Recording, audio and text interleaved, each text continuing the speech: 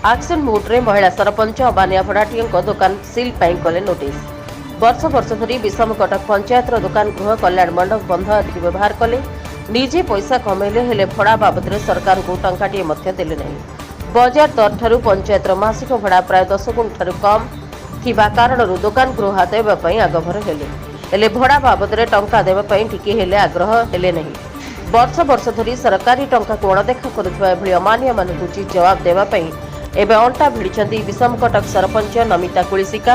आज विषम कटक गोष्ठी उन्नयन अधिकारी कार्यालय ठारे 4टी भड़ाटिया को 7 दिन मध्य टंका पैठ करने नोटिस जारी कर नचेत 7 दिन पर उक्त दुकान गृह गुड़ी सिल कर चिठी में उल्लेख कर जमापड़ी। भड़ाटिया मैंने आगु जाग्रत नहेले सरकारी स्तर में आईनगत कार्यानुष्ठान नाम सरकारी स्तर में दृढ़ कार्यानुष्ठान ग्रहण कर जमापड़ी। विषम कटक काशीनाथ रिपोर्ट रिपब्लिक ओडिशा साधारण लोकों स्वर।